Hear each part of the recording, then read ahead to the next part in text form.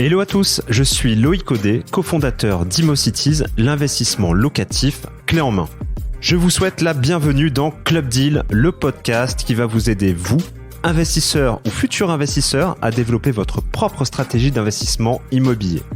À travers des discussions auprès d'experts et de témoignages d'investisseurs, je vous donne toutes les clés pour réussir dans le monde merveilleux de l'immobilier et de l'investissement locatif. Mindset, financement, recherche de biens rentables, travaux, ameublement et gestion locative n'auront plus aucun secret pour vous. Si vous souhaitez discuter immobilier ou de tout autre sujet, je vous donne rendez-vous sur LinkedIn. Bien entendu, toutes vos questions sont les bienvenues et c'est avec grand plaisir que je tâcherai d'y répondre. Salut Gaëtan, merci de me rejoindre sur Club Deal. Alors aujourd'hui, on va parler de choses un peu fantastiques. On va parler de, effectivement, garantie loyer impayé, donc ça c'est quelque chose que tout le monde connaît. En revanche, garantir la carence locative, c'est-à-dire le trou entre deux locataires, c'est quelque chose qui est assez compliqué. Je pense qu'on l'a vu dans les épisodes précédents.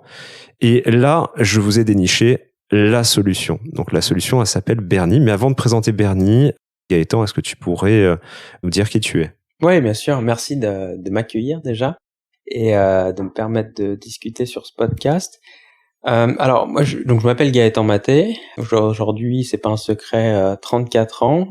J'ai un parcours plutôt entrepreneurial. J'ai monté en fait depuis ma sortie d'école d'ingénieur une école spécialisée en informatique, donc une spécialisation en ingénierie logicielle. J'ai fait que monter des entreprises en fait. J'ai monté des sociétés de services spécialisées dans le développement. J'ai monté un centre de formation. Il y a certaines entreprises que j'ai pu vendre. Et donc d'autres que j'ai recréées. Aujourd'hui, je gère du coup Bernie et une autre société qui s'appelle StoryShaper qui fait de la transformation digitale. Ok. Et donc je tire parti de cette expérience du digital, de l'informatique, de façon à un petit peu changer la donne dans l'immobilier. Et à ça, on a essayé d'allier le côté innovation en termes de modèle, de business model. Donc voilà, je prends un peu de mon parcours entrepreneurial, de ce côté digital, informatique, ingénierie logicielle, plus de l'innovation business model et ça fait Bernie. Ok. Ça fait combien de temps, Bernie ? C'est tout récent. Ça fait moins d'un an en fait. On a commencé, je crois que c'était en février 2020. Ok. Donc ça va faire un an, fin février 2020, quelque chose comme ça. D'accord. C'est une entreprise Covid, comme quoi ça existe. Ouais, exactement. C'était pas toujours facile, mais non, je veux bien le croire, ouais. mais on est plutôt content du résultat obtenu au final. On est parti. C'est ça qui est bien dans l'entrepreneuriat. On part souvent d'une feuille blanche. Ouais. Et puis après, quand on arrive à avancer, parce qu'il y a des projets qui arrivent pas au bout, c'est normal, ça fait partie du jeu. Mais ceux qui arrivent, on a la possibilité de regarder derrière soi, de voir ce qu'on a aujourd'hui et d'être agréablement surpris, d'avoir suivi son business plan ou d'avoir fait mieux, quels que soient les défis auxquels on a dû faire face. Et donc là, en période Covid, où il y a eu 2 confinements, le premier était particulièrement dur, et du coup, il y a eu quasiment un arrêt de l'activité. Donc même si après ça a repris beaucoup, qu'il y a eu une grande vague qui était bienvenue, voilà, il y a eu beaucoup de questionnements et donc c'était pas facile pour une toute jeune entreprise d'avancer dans telles conditions. Voilà. Ouais, complètement. Et quand même, le concept Bernie, c'est presque trop beau. Alors, je vais faire avec des mots simples et tu vas réexpliquer exactement ce que c'est. Okay. Mais en gros, Bernie, c'est la supra-assurance. En gros, Bernie, c'est votre locataire. Et du coup, vous êtes assuré d'avoir donc votre revenu, le loyer récurrent pendant une période de 3 ans. Donc, vous avez la certitude d'avoir toujours un locataire en place au même loyer tout le temps. Donc, du loyer garanti. Presque. Ouais, c'est ça. Enfin, c'est exactement l'idée. Alors, il y a plusieurs façons de l'expliquer, mais simplement, quand tout à l'heure je parlais d'innovation en termes de business model, c'est exactement sur ce point-là. C'est de la gestion locative à revenu garanti. Donc ça, c'est l'offre qui est la plus appréciée. On a 3 offres pour les propriétaires et l'offre la plus appréciée, c'est celle-ci, c'est le revenu garanti. Donc concrètement, un propriétaire a un bien qui est vacant, il vient nous voir. Bernie est capable de louer le bien, donc c'est la société Bernie qui loue le bien, qui devient locataire du bien et qui du coup, de fait, s'engage à payer les loyers, qu'il y ait un occupant ou pas dans le bien, que l'occupant du bien paie ou non son loyer. C'est aussi nous qui nous chargeons de trouver l'occupant. C'est nous qui sommes obligés de payer les loyers, de les verser, même si, donc, comme je l'ai dit, l'occupant ne paye pas le loyer. Et en plus de ça, on fait la gestion locative. Donc en fait, c'est une tranquillité d'esprit totale pour le propriétaire. Une fois qu'il passe par nous, il est certain d'avoir ses revenus qui lui sont versés tous les mois sans faute. Ouais, la seule, si je me fais avocat du diable, je dis, et si jamais vous n'arrivez pas à me payer le loyer? Ouais.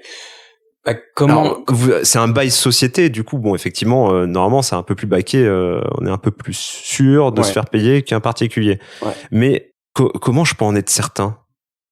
C'est un contrat avec une société, donc ça, c'est comment on peut être certain, c'est comme tout achat de n'importe quel service auprès d'une société. Et nous, en l'occurrence chez Berny, on a un capital social qui est assez important, on a déjà une activité qui fonctionne bien, on a nous-mêmes nos propres assurances. Donc il y a beaucoup de choses qui font que en plus d'être engagé contractuellement juridiquement, il est peu probable que demain la société périclite et qu'on puisse pas payer nos loyers. Et même si ça devait arriver, il y a des façons pour le propriétaire de sortir du contrat en fait qu'il a signé avec Berny, qui sont assez simples et qui lui permettront de travailler directement en fait avec l'occupant du bien. Et donc le risque est très limité pour lui. Donc très très peu probable que du jour au lendemain ça arrête de fonctionner. Et deux, en plus de ça, le propriétaire peut s'en sortir quoi qu'il arrive. C'est juste que il aura pu la promesse qu'on lui a faite à la base de toujours percevoir son loyer. Ouais. Mais donc ça c'est très très peu probable. Le risque est vraiment très faible. Ouais. Après on a quand même les stats qui sont de notre côté, j'imagine, puisque en France, si je dis pas de bêtises, non, je vais pas dire de bêtises, mais il y a la part des personnes qui ne paient pas son loyer est quand même extrêmement faible, quoi. J'avais le chiffre, j'ai peur de dire des conneries, je m'en souviens plus précisément. Je crois que la moyenne en France, c'est de l'ordre de 3%. Ouais, c'est un truc comme ça. Et c'est moins à Paris et intramuros. Parce que bon, là, on est à Paris, c'est pour ça que je parle de cette ville. Ouais. Voilà, donc c'est ça les chiffres. Donc effectivement, en fait, plus le volume de biens sous gestion est important et donc moins l'impact d'une problématique de loyer impayé sur un bien est aussi important pour nous. Donc c'est sûr que ça faut le prendre en compte. Après, ça fait partie de notre job. Peut-être qu'on pourra en parler, mais on va tout aborder. Ok, de trouver les bons locataires. Ouais. Et donc, j'ai déjà parlé avec des propriétaires qui avaient fait, donc qui n'étaient pas des investisseurs, qui étaient plus, qui avaient hérité par exemple d'un bien et qui n'avaient pas les bons réflexes, qui n'avaient jamais pensé à la façon dont il fallait gérer un bien et qui avaient fait des erreurs et qui avaient par exemple loué un bien à une personne parce qu'il y avait un climat de confiance, qui n'avait pas bien vérifié les pièces, qui savait pas quelles pièces demander, vérifier, etc. Et qui s'est fait avoir, et qui était tombé sur des personnes malhonnêtes, et après il a fallu gérer tout le processus juridique qui était assez long, et donc c'était compliqué pour eux, surtout qu'en plus il y avait d'autres choses à faire, donc c'était pas concentré à 100% sur ce dossier-là. Enfin, nous, c'est notre métier, on fait de la gestion locative, c'est même la raison de vivre de la société. Cœur de métier, ouais. Donc forcément, c'est des choses qu'on sait faire, donc nous, les stats, on les fait diminuer, on est clairement pas à 3%. Ouais. Là, aujourd'hui, vous avez combien d'impayés, là, sur le parc? En fait, on a eu deux personnes qui ont mal payé à un moment, mais ça s'est soldé. Voilà, donc il y a eu des retards de paiement, de la gestion à réaliser de notre côté, on a discuté, ça s'est soldé, et après une autre personne, c'était un peu plus compliqué, mais on a soldé ça aussi, et les propriétaires n'ont pas du tout été inquiétés. Ouais, donc oui, voilà, les propriétaires, à la limite, ils sont peut-être même pas au courant. On leur a dit, parce qu'on envoie des news, des informations régulières, et donc dans les informations, on leur a dit, on a souci de paiement en ce moment, on est en train de le gérer, il n'y a pas de souci pour vous, continuez à recevoir les loyers comme prévu, etc. Et voilà, c'est tout, c'était la communication. Voilà, donc je pense qu'ils étaient contents. Oui, ils étaient contents, ils disent, bon, dans tous les cas, je suis payé, donc ça c'est cool, ça fonctionne. Voilà, c'est ça. Combien ça vaut le prix de la tranquillité? L'offre à revenu garanti est commercialisée, c'est sur notre site internet, à 7%. Voilà, 7% des loyers, toutes taxes comprises. Donc c'est un chiffre qui est très faible si on vient le comparer à ce que d'autres acteurs du marché peuvent proposer. Parce qu'en fait, j'ai fait le calcul. Ah, tu as fait? Ouais, j'ai fait le calcul. Tu peux nous en parler? Ouais, j'ai fait le calcul. Si je pars du principe que le bien est loué via une agence et qu'on parle déjà je mets le cadre. On parle d'un bien meublé avec des baux d'un an qui se renouvellent ou on a des changements de locataires. Okay. Je l'ai fait sur une période de 3 ans. En disant, voilà, sur un 2 pièces un peu classique, tu aurais un turnover de locataire, donc tu as la première mise en location et une deuxième, et à la fin du contrat, une troisième, ce qui semble logique par rapport, sur la durée. même en prenant des frais qui sont très peu chers, donc c'est 3,9%. Ouais. C'est faible. Mais quand même avec une garantie loyer impayé. Donc de 2,5 à peu près. Ouais. Sur 3 ans, effectivement, la solution Bernie me coûte moins cher avec les changements de locataire que la gestion classique auquel s'ajoute la garantie loyer impayé. Donc effectivement, j'ai fait le calcul, on en avait parlé la dernière fois, je l'ai fait moi-même et effectivement, c'est moins cher. Oui, bien sûr. On a... Sachant que je suis au moins sûr, enfin, on va dire, en contrepartie de ça, alors c'est un peu moins cher, il y a pas une grosse différence, hein. Mais c'est un peu moins cher, mais surtout, j'ai la garantie de la carence, le trou entre deux locataires, quoi. Ça peut arriver. Alors ça, c'est la vacance locative, mais ouais, en fait. La carence du début, pardon, excuse-moi. La carence quand tu mets en location l'appartement. Alors oui, ouais, carence et vacance. Et la vacance entre deux locataires. Je comprends. Ouais, effectivement, quand tu mets tout bout à bout, la différence peut rapidement être importante, hein. On a aussi fait les calculs. Alors après, les paramètres peuvent changer. Tu peux prendre une période de 2 ans ou alors une période de 3 ans. Tu peux changer le nombre de fois que le locataire vient changer le turnover. Ouais. Et une fois que tu as réalisé ces opérations-là, tu peux voir qu'au final, si tu prends des hypothèses qui sont pertinentes par rapport au marché, tu as des chiffres qui peuvent être des différences qui peuvent être assez importantes. Et donc, faut prendre en considération le fait que souvent les agences traditionnelles vont pas tout inclure en fait. La remise en location par exemple, elle est pas inclue. Non, elle est payante. Nous elle est inclue, elle est comprise dans les 7%. Donc là elle est payante, donc ça rajoute énormément. Ensuite la vacance locative, il faut voir aussi combien de temps le bien va rester vacant. Parce que lorsqu'une agence a pas la responsabilité finalement et pas engagée financièrement, sur la performance, elle a pas besoin de louer rapidement fondamentalement. Non, elle n'a pas besoin de se presser. Non, pas besoin de se presser.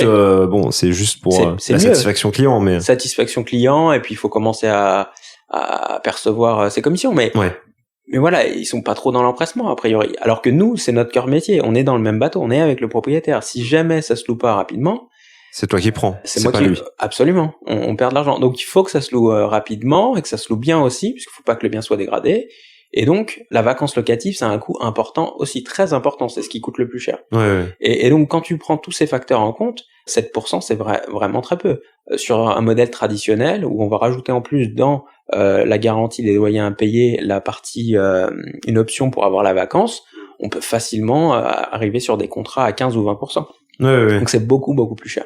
Voilà. Donc, on pensait qu'on a été innovant là-dessus. Et donc, comme je le disais, on utilise la partie technologique pour essayer de réduire nos coûts et donc être capable de proposer un modèle qui fonctionne à 7%. J'imagine que la plupart des problèmes de location sont des problèmes de loyer, des problèmes le montant du loyer qui est trop élevé ou mal évalué, des fois trop peu cher, trop. Ouais, mal calibré. Bah, tu connais bien quoi. Ouais, tu connais bien la partie, j'imagine. Mais oui, c'est ça. C'est ça le point important, crucial. En fait, il y a certains logements qui vont se louer forcément moins facilement que d'autres. Typiquement, des exemples, c'est du rez-de-chaussée sur rue, c'est du dernier étage sans ascenseur, c'est compliqué à louer. Donc, il faut vraiment être bon sur la partie tarifaire. Donc, il y a forcément une décote qui doit être réalisée du fait de ces inconvénients et ça doit du coup correspondre à ce que les gens sont prêts à payer pour faire l'effort de monter des escaliers si c'est au dernier étage. Oui, ou d'avoir les gens qui traversent devant chez toi si t'es au rez-de-chaussée quand même. Ouais, exactement, c'est ça. Et du coup, c'est là que faut trouver en fait le bon prix, le prix qui va nous permettre d'avoir une vacance locative correcte. Et donc, la plupart du temps, on discute avec le propriétaire. Il y en a qui ont déjà une vision très claire de ce qu'est le prix de marché et du montant auquel on doit travailler et ça fonctionne tout seul. Il y en a, c'est moins vrai, ils sont dans un modèle, c'est peut-être un biais un peu psychologique aussi. Soit auparavant, des agences leur ont conseillé d'augmenter tant que possible le loyer pour percevoir un maximum, ou alors ils voient juste un loyer haut et ça leur fait plaisir, mais ils se projettent pas sur le fait que le bien soit vacant 1 semaine, 2 semaines de plus, c'est un coût très important. Je crois que j'avais fait le calcul, chaque semaine en fait de vacances, c'est 2% de rendement qui est perdu. Et donc c'est très important, et du coup, ils se projettent pas, et là c'est notre rôle de conseil. Il faut simplement qu'on leur explique ce point-là, et si jamais on n'arrive pas à trouver de terrain d'entente, à ce moment-là, il n'y a pas de problème. Ce qu'on leur dit tout simplement, c'est qu'on retire la partie carence de notre offre, c'est-à-dire la garantie de mise en location dès le début. Donc on garantit le loyer dès le début, on devient locataire dès le début. Et en fait, on devient locataire dès qu'on a trouvé le premier occupant. Le premier occupant, ouais. Et là, quand on fait ça, c'est vraiment on pense que c'est pas le bon loyer et pour l'instant, le propriétaire est pas prêt à l'entendre. Et puis, du coup, on met en place ce modèle, on fait la promotion, on voit que du coup, le nombre de demandes et de personnes intéressées pour le bien est beaucoup moins important que ce qu'on a habituellement. On l'explique au propriétaire, il finit par comprendre et on se met à un tarif qui est raisonnable et qui correspond au bien. Et là, on trouve un occupant et on peut avancer normalement. Et ensuite c'est parti. On a revenu garanti et quel que soit le nombre de changements d'occupants et quel que soit ce qui se passe dans le bien. Ok. Donc, mais j'imagine le Graal, c'est un peu le propriétaire qui vient, qui te demande une estimation. Et quand quand il se cale à ton estimation, où là, bon, ça roule tout seul, quoi. Ouais, c'est ça. Mais ce qui arrive souvent. C'est un peu le modèle, quoi. Faut accepter le loyer qui va avec, parce qu'effectivement, j'imagine que le loyer garanti naturellement est potentiellement moins cher que ce qu'on aurait pu attendre. Non, on va pas essayer la philosophie de l'entreprise, c'est pas de brader les prix pour louer rapidement. Non, faut louer. Je vais faire l'avocat du diable. Ouais, mais c'est les questions que tout le monde se pose, forcément. Ouais, je te les pose, mais effectivement, tu peux pas garantir un loyer qui est indécent, quoi. Non, c'est certain, ça se louera pas. Donc, ou alors ça va mettre. En général, en moyenne, en Île-de-France, on met moins d'une semaine pour louer un bien. Ça, c'est le temps qu'il nous faut pour réussir à louer un bien, grâce au process qu'on a mis en place et aux outils qu'on a. Donc, si jamais on prend un bien, qu'on voit que le loyer est indécent et on pense qu'il nous faut à ce prix-là 1 mois, 2 mois pour louer l'appartement, ça peut pas fonctionner. C'est que c'est pas bon. Et en plus de ça, le turnover pourrait être aussi très important. Et en fait, c'est pas que pour nous finalement. Même si le propriétaire travaillait tout seul, sans nous, à ce prix-là, au final, il va perdre de l'argent parce que le bien va rester libre trop longtemps et il aura sûrement un turnover très important. Des personnes vont arriver. Ça va pas être le bon profil en fait. C'est des personnes qui veulent pas, qui ont pas d'autres possibilités, qui sont bloquées. En fait, ce que j'essaye d'expliquer un peu à chaque fois dans le podcast, en fait, l'intérêt d'avoir un bon montant de loyer, enfin un bon loyer. En fait, dans la sélection des locataires, il y a quand on a un loyer faible, donc on attire 100% de la population potentielle, ce qui est logique. Hein. Tout le monde est intéressé, tout le monde veut faire des bonnes affaires, donc c'est assez logique. Quand on est au prix, voire légèrement au-dessus, on a en général plutôt des bons profils, les profils qui vont dans l'appartement. Ouais, c'est ça. Ouais. Et quand on est largement au-dessus du prix, à ce moment-là, c'est le reste. Les cas atypiques, les problèmes. Il reste que les cas atypiques où effectivement qui n'ont pas trouvé ailleurs. Donc en fait, les garanties sont troquées contre un loyer plus cher. C'est un peu exploiter la misère du monde aussi. Enfin, parfois, c'est des choses qu'on retrouve dans les chambres de bonne, des appartements en général qui sont pas forcément en très bon état. Enfin, après on peut aller très très loin dans la connerie, mais c'est vrai que ce qu'on remarque, c'est pas parce qu'on a un appartement haut de gamme, on peut mettre un loyer qui est ambitieux, qui est smart, un loyer smart, mais aller au-delà, en fait, c'est aller surtout au-devant des problèmes parce que effectivement, on aura moins de dossiers à traiter, donc c'est bien parce que d'un point de vue gestion, il y en a moins. Mais par contre, les dossiers seront pas meilleurs, ils seront pires. En général, c'est plutôt l'inverse. Ouais, ils seront pires. Donc il y aura une prise de risque plus importante, c'est sûr. Ouais. Donc ça veut dire que effectivement, la rentabilité, c'est pas celle qui est sur le papier, c'est la rentabilité, c'est celle qui est réellement encaissée, quoi. C'est ça que j'essaye aussi de faire comprendre. Ouais. C'est beau d'avoir un beau BP. Mais après, il faut le faire. Ouais, c'est ça.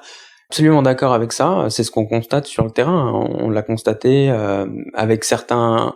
Il y a certains biens. On a eu un moment un bien donc qu'on a mis sur le marché. Donc on a toujours sous gestion d'un propriétaire qui était à l'étranger, qui avait du coup un bien depuis plusieurs années, mais qui était au dernier étage justement sans ascenseur. Ouais. Elle en voulait beaucoup et au final on est parti en faisant la promotion au prix très élevé qu'il souhaitait et on a vu tout de suite très peu de dossiers, des dossiers très étranges, difficilement acceptables en fait, beaucoup trop de risques, ça n'aurait pas été bon. Et donc on a dû attendre le moment où on a pu mettre un loyer qui correspondait au bien, et là ça c'est tout de suite en fait Ouais, c'est comme si on avait ouvert les vannes. On a eu les personnes qui sont arrivées, les dossiers normaux de personnes qui, en l'occurrence, c'était un 50-60 mètres carrés, donc des jeunes couples qui percevaient des revenus qui correspondaient aux biens. Il y avait plus de problématiques. Comme on a pu louer, c'est très bien passé. Ouais. Est-ce que c'était des faux dossiers? On en a eu peu, mais on en a eu, ouais. Mais en fait, bon, peut-être qu'il faut parler un petit peu de ce qu'il faut demander en termes de dossier. Le document que je dois citer en premier, c'est le plus important en France, c'est l'avis d'imposition sur le revenu. Parce que c'est le seul document, à ma connaissance, que tu peux complètement vérifier. Voilà, c'est ça. Donc tu vas sur impôt.gouv.fr, il y a un petit outil, tu entres 2 informations qui se trouvent sur l'avis d'imposition sur le revenu qu'on t'a communiqué, et là tu peux voir si l'avis en question est trouvé, et si oui, t'as certains des montants, notamment le revenu fiscal de référence qui est indiqué, et donc tu peux voir si ça correspond. Et donc, ça c'est facilement automatisable, enfin on peut faire ce genre de choses directement avec des outils informatiques, et du coup, ce document-là te permet d'être complètement sûr de la situation de la personne, bon, à la date à laquelle l'avis a été produit. Donc là maintenant, par exemple, on est en février 2021, le dernier avis que tu peux avoir, c'est 2020 sur les revenus 2019, donc ça commence à dater un petit peu, mais c'est ce que tu as de mieux en termes de vérification possible. Et donc on a eu des faux dossiers avec des faux avis d'imposition. Alors soit des chiffres changés, donc ça nous permettait pas de retrouver les avis, et donc on a dû appeler et demander, bon bah c'est étrange, on n'arrive pas à retrouver l'avis sur le site des impôts, et bon là on a compris que c'était pas bon. Ouais, que c'est pas bon signe, ouais. Soit les montants qui étaient un peu trafiqués, voilà. Et c'était bien fait, c'est-à-dire que c'était pas grossier sous Paint avec un gros chiffre plus gros que les autres, donc c'était crédible. Mais bon voilà, après la vérification informatique est formelle. Et là, on écarte tout de suite les personnes parce que ça commence très très mal. Voilà. Non, j'ai François Rode de Colonis qui me disait que dans certains secteurs d'activité, notamment l'infographie et ces choses-là, c'était le sport national que de trafiquer les fiches de salaire. Et ouais, c'était celui qui aura la plus belle fiche de salaire, la plus réaliste. Ouais. On a vu des faux sur les fiches de salaire aussi, mais c'est plus dur à vérifier, tu vois, parce que les fiches de salaire, tu peux pas. Oui, à part vu que tu peux pas demander les comptes en banque, tu peux même pas voir si ça correspond, quoi. Enfin, non, mais souvent tu constates des incohérences. Parce que le droit français du travail français est un peu compliqué, et du coup il y a beaucoup de chiffres sur une fiche de salaire, donc c'est difficile à changer. Tu peux pas que changer un chiffre, voilà. ça ne marche pas, effectivement.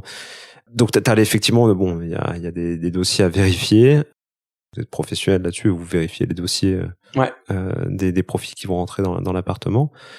Après, il y a aussi cette partie un peu, on disait tout à l'heure le feeling, mais je pense qu'on est professionnel, on peut pas parler de feeling, mais il y a quand même quelque chose qui doit se dégager du locataire que tu as en face qui t'indique que ça sera un locataire sans trop de problèmes, quoi. Ouais. Alors juste un point, on n'en a pas parlé, mais Bernier chez Bernier on considère qu'on a 2 types de clients en fait. Les propriétaires, et donc aux propriétaires on offre de la gestion locative à revenu garanti, mais on a aussi les locataires comme clients, ce sont nos clients aussi, et donc on leur offre un processus de location qui va être simplifié par rapport à ce qu'ils peuvent trouver ailleurs. Et donc on travaille avec les 2 parties, on en est bien conscient, et donc on veut aussi protéger les intérêts du locataire, et du coup on va essayer d'être pragmatique. On va organiser un nombre très limité de visites physiques pour éviter que les personnes perdent leur temps, pour éviter qu'on perde notre temps, mais qu'elles le perdent aussi, pour éviter qu'il y ait trop de frustration, un bien qui n'est pas obtenu. Donc on va vraiment grandement limiter le nombre de visites physiques. Et ensuite, toutes les personnes qui visitent le bien, en fait, ce sont des personnes qui peuvent le louer. Oui. Et donc en amont déjà. Absolument, c'est-à-dire que c'est absolument inutile de faire visiter un bien à des personnes qui ne peuvent pas le louer. Donc on fait une étude complète en amont. Et les personnes qui se déplacent sont des personnes qui peuvent vivre dans le bien. Et si elles nous disent, lorsqu'elles se déplacent, c'est bon, je suis prêt à signer, on signe, on fait l'état des lieux, c'est terminé. Et elles peuvent commencer à vivre dans le bien. Donc ensuite, c'est le premier qui se manifeste après avoir visité, qui a le bien, tout simplement. Et donc, les dossiers, on les analyse, on analyse la partie revenu. En fait, on veut juste être certain que les personnes sont capables d'assumer financièrement le bien. Et ensuite, faut qu'on détermine si les personnes sont honnêtes dans leur démarche, tout simplement. Mais voilà, mais il n'y a pas une compétition au dossier, on travaille pas du tout comme ça, on trouve ça malsain, et on trouve que c'est très chronophage pour tout le monde. Donc ça, c'est pas ce qu'on aime. Ça, c'est pour la philosophie de la société. Ensuite, on travaille énormément en digital. Donc en fait, on va essayer d'éviter tant que possible les déplacements et les visites physiques. on est dans cet état d'esprit-là. Donc, on a une plateforme qui a été mise en place qui permet d'avoir énormément d'informations sur le bien, beaucoup plus que ce que tu pourras avoir sur des sites. Le Bon Coin, Se Loger. Voilà, exactement. Ouais. Et on a aussi des visites virtuelles. Donc, on utilise une technologie qui s'appelle Matterport, qui est une société américaine qui fait ça, mais il y a d'autres acteurs qui le font très bien aussi.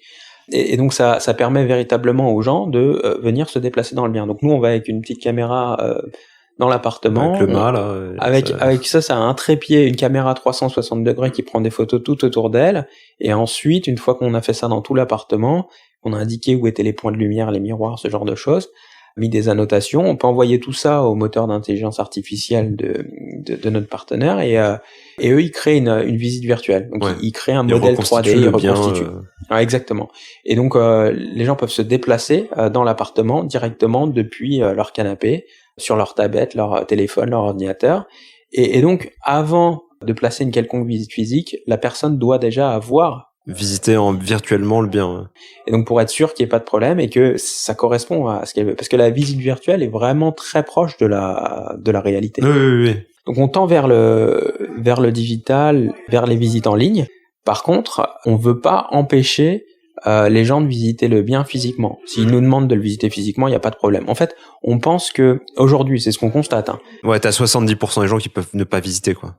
Ouais, c'est ça. En fait, on pense que empêcher les gens de visiter physiquement, c'est se couper d'une partie de la population parce que les gens sont pas encore prêts à faire suffisamment confiance. Et je pense que c'est pas uniquement confiance en Bernie. C'est avoir confiance au sens large dans l'outil informatique, dans le digital. Et donc, quand ils s'engagent pour une location qui peut durer 1 an ou plus, ils ont envie d'être certains que ça leur correspond, ils ont envie de voir, de toucher, même si c'est un peu irrationnel et ça paraît étrange, parce que finalement, la visite virtuelle est vraiment similaire au bien physique, ils ont encore ce besoin-là. Et donc, on veut pas se couper de cette partie de la population, les gens sont pas encore prêts complètement, et donc nous, on préfère les accompagner tranquillement vers ce côté digital. Après, la crise sanitaire qu'on vit actuellement... c'était bien pratique quand même. Ouais, a beaucoup aidé, en fait, c'est le sens de l'histoire, le côté digital, les gens sont beaucoup plus habitués, ils font des formations à distance, ils travaillent à distance, donc c'est beaucoup plus simple pour eux, mais ils ont encore ce besoin de visiter physiquement. Et puis ça, je pense que ça leur fait aussi un peu plaisir.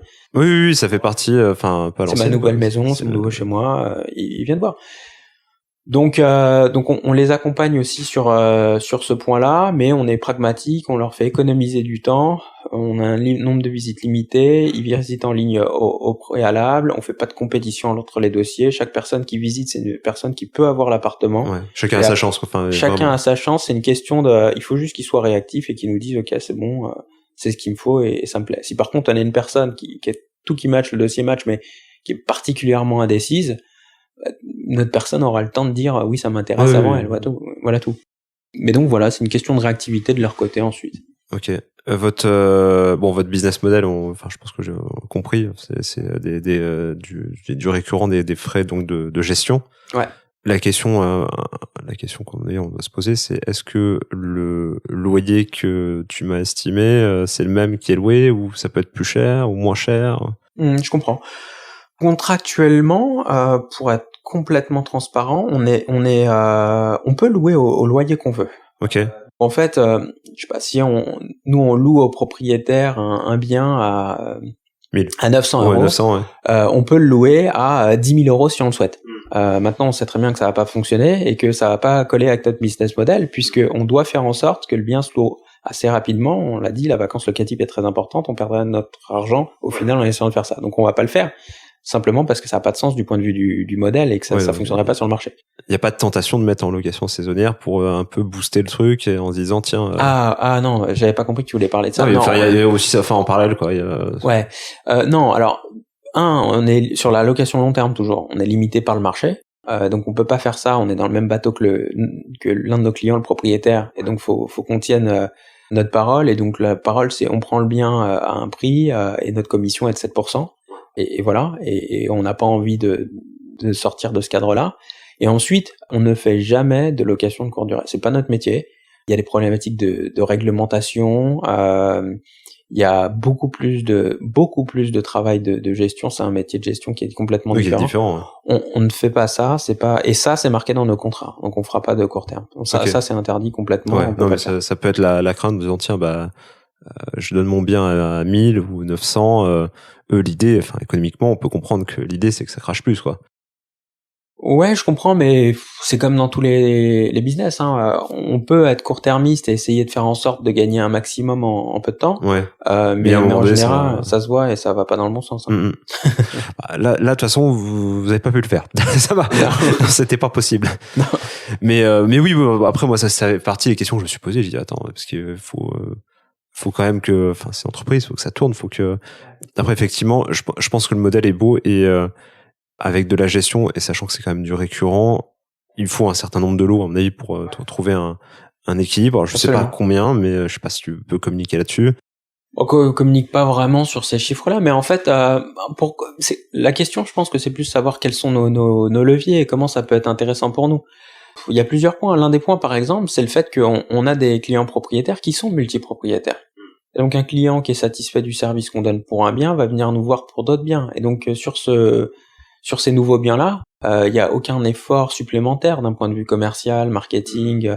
Voilà, donc c'est des choses qui sont gagnées directement. Oui, c'est un client, enfin des gens en cours et coûte beaucoup moins cher qu'un client, Ouais, absolument. enfin qu'un lead à transformer en client, quoi. Ouais, c'est ça, exactement. Donc il y a ça, il y a des économies réalisées grâce à la partie digitale, comme je le disais tout à l'heure. Le fait que les gens avancent véritablement vers du tout virtuel, du tout digital, je pense qu'à l'horizon 5 ans, à mon avis, Ouais, c'est fait, quoi. ils seront prêts, voilà, ils seront prêts à tout faire en virtuel. Tout ce qui nous bloque pour l'instant, pour tout faire en virtuel, c'est deux choses. Un, les gens ne sont pas encore complètement prêts, donc on est obligé de les accompagner. Et deux, la législation fait que il y a encore blocage, parce que l'état des lieux d'entrée, par exemple, doit être fait par les deux T'es parties. obligé de le signer sur place, oui. Il faut que le bien ait été visité par les deux parties, que les deux parties étaient sur place, voilà. Donc il y a ces deux points-là. À 5 ans, je pense que ça peut évoluer. Et le premier point pour sûr, le deuxième point, bon, on va voir. Mais ça me semble être aussi le sens de l'histoire. Donc là encore, il y a des économies. Donc je pense que le modèle a beaucoup de sens. Ouais. Ouais, complètement. Et l'idée là, à 5 ans, Bernie, parce que, là, à mon avis, ça va, enfin, ça. Ouais. Je pense qu'à mon avis, à l'issue du podcast, tu veux. mais quelqu'un au standard, ça risque d'appeler fort. Mais ok, j'en suis ravi. mais à l'horizon 5 ans, qu'est-ce que tu comment tu vois la société Ouais, la société, enfin, je pense on sera dans les plus grandes villes de France. Donc, aujourd'hui, tu couvres quoi? Tu couvres du Paris, ça, ok. Ouais, aujourd'hui on fait l'Île-de-France en fait. Mm. On fait Paris intramuros et toutes les villes alentours jusqu'à une heure de transport de voiture de Paris Centre. Et demain, il faut qu'on ouvre dans d'autres villes. Donc au deuxième semestre de l'année, de cette année, on a prévu d'ouvrir à Lille, à Lyon et à Nice. On devait déjà le faire au préalable auparavant, mais on a un peu retardé puisque les déplacements étaient plus compliqués. Donc c'était. Qu'est-ce que ça nécessite humainement parlant pour ouvrir une ville? Enfin Il faut qu'on ait des personnes sur place c'est surtout pour la partie gestion. Ouais. Parce que pour la partie prise de photos, visite virtuelle, c'est on peut s'organiser. Ça se fait. Ça se fait, donc ça doit être très bien fait, mais le process est rodé et on peut s'organiser. Mais la gestion, ça implique forcément qu'il y ait des incidents imprévus. Voilà. Et donc, faut qu'il y ait des gens sur place qui soient prêts à gérer le problème. Et donc, c'est là qu'on a besoin d'avoir des équipes sur place. Et donc, fatalement, la mise en place d'équipes sur place nécessite au début des déplacements réguliers pour mettre en place les bureaux, ce genre de choses, enfin, des parcours classique entrepreneurial d'ouverture de nouveaux bureaux.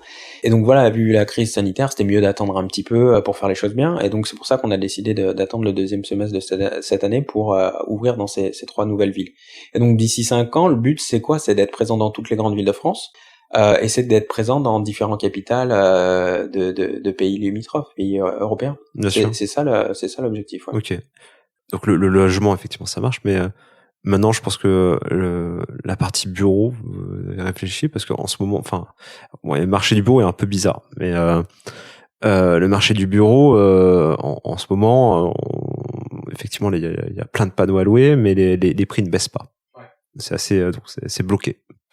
Mais est-ce qu'on pourrait pas imaginer un modèle Bernie qui se positionne sur des bureaux en beau 369 et relouer en beau précaire, parce que je pense que c'est plus dans l'air du temps, et que les beaux précaires, il n'y en a pas autant que ça.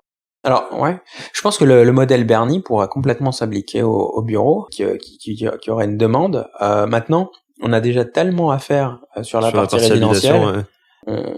On a beaucoup de clients à conquérir, de parts de marché à conquérir, rien qu'ici, en Île-de-France, et puis après, donc dans les différentes zones d'Île-de-France, puis après dans différentes villes d'Europe. Enfin, il y a déjà tellement à faire que on n'a pas forcément le besoin de s'éparpiller et d'avancer sur un métier qui est, enfin, une typologie de biens immobiliers qui est différente. Donc non, je pense que on va continuer à se concentrer sur le résidentiel. Ouais, il y a beaucoup il y a fort à faire. Il y a fort à faire. Ouais.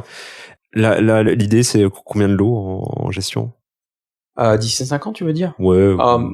Alors, on a des ambitions, je peux pas donner des chiffres précis, mais ce sera plusieurs milliers de lots. Ouais. En fait, on avance moins vite qu'une société qui va, en termes de biens sous gestion acquis, qu'une société qui va faire uniquement de la mise en location. Mais parce que la partie gestion, c'est une partie très importante du job, bien sûr. Voilà, et qui prend beaucoup de temps. Et donc, faut que les choses soient bien faites. Donc, c'est pas simplement récupérer un bien, envoyer un photographe, prendre 3 photos, enfin quelques photos, même 10 photos, le mettre sur une plateforme et puis attendre que les gens appellent pour trouver le bon profil et lui louer le bien. Et basta. Enfin, surtout, vous devez sélectionner les biens que vous allez, enfin, un peu éligibles parce que tu peux pas tout mettre en location. Enfin, c'est pas possible. Ouais, il y a des biens qui peuvent pas correspondre, effectivement, mais bon, après on a quand même un marché immobilier résidentiel, peut-être du fait aussi de la législation française qui est de bonne qualité. Ouais, plutôt en bon état, quoi. Enfin, plutôt en bon état, ouais. Donc ça va. Mais enfin bon, voilà. Donc du coup, je pense que ouais, on a déjà fort à faire sur la partie gestion locative, et du coup, c'est important pour nous de rentrer les biens rapidement, mais de manière maîtrisée, de façon à pouvoir faire correctement le job quand des incidents surviennent. Et il y a des incidents qui surviennent tout le temps. C'est normal. C'est la gestion locative, c'est le pays des incidents et c'est absolument normal. Ouais, bien sûr.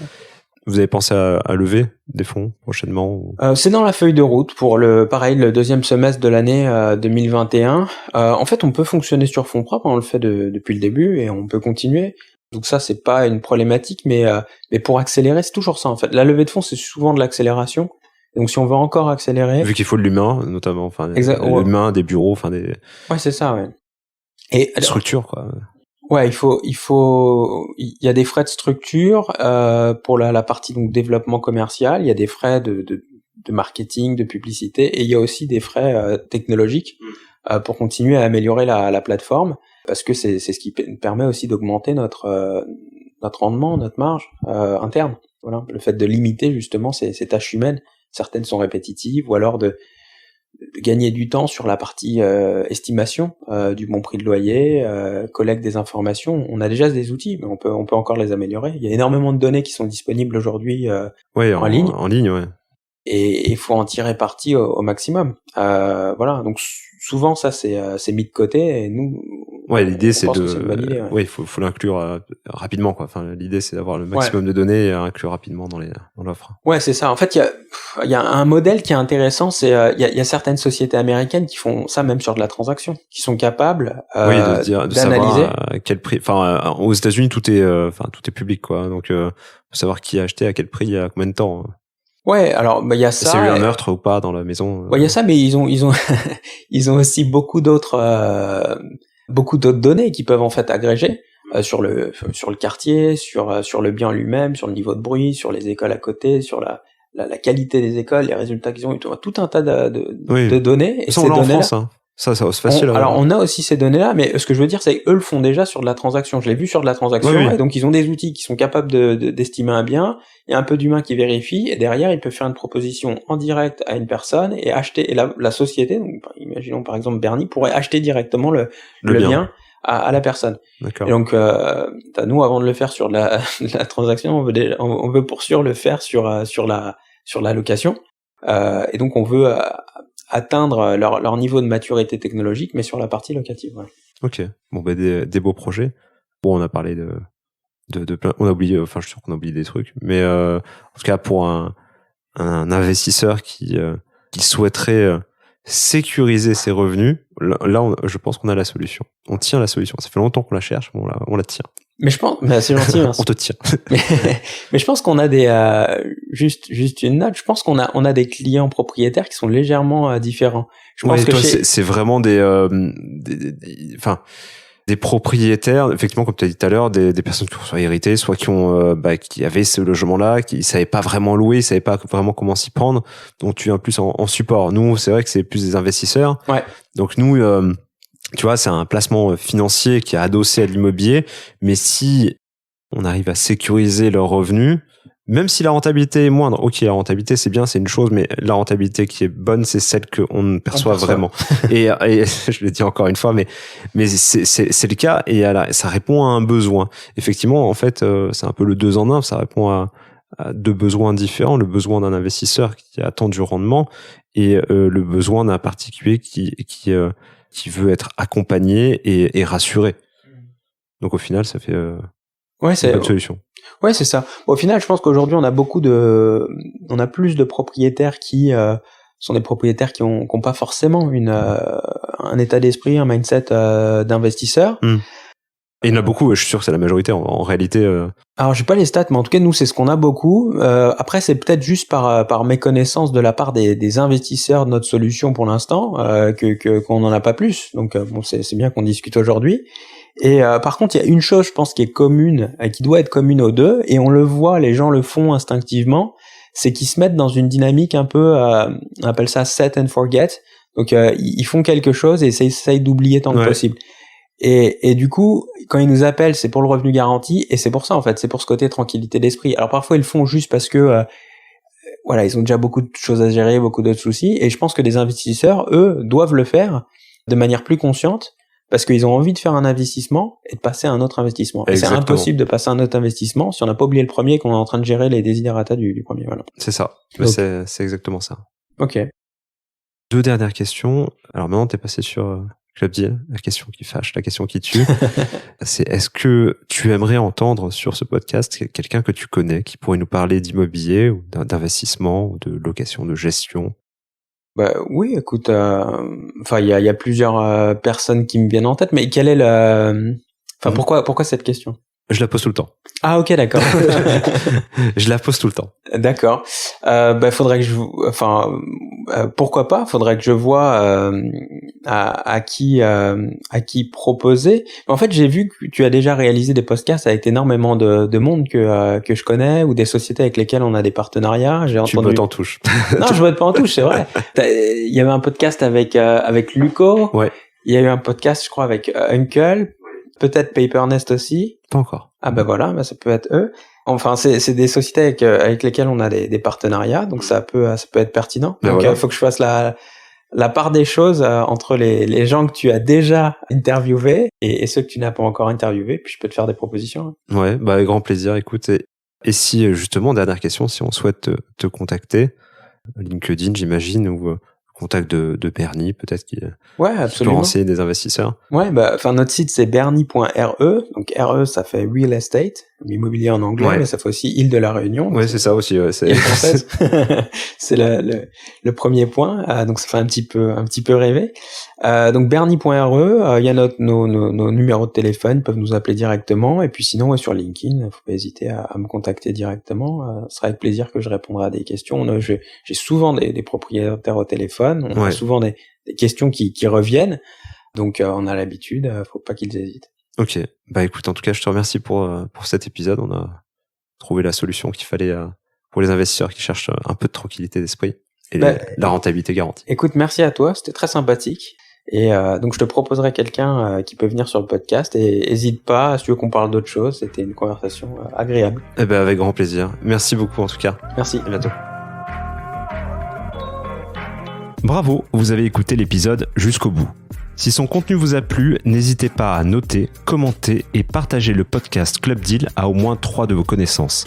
C'est grâce à votre soutien, à votre fidélité, bref, grâce à vous, que Club Deal prend autant d'ampleur, et pour cela, je tenais à vous remercier du fond du cœur.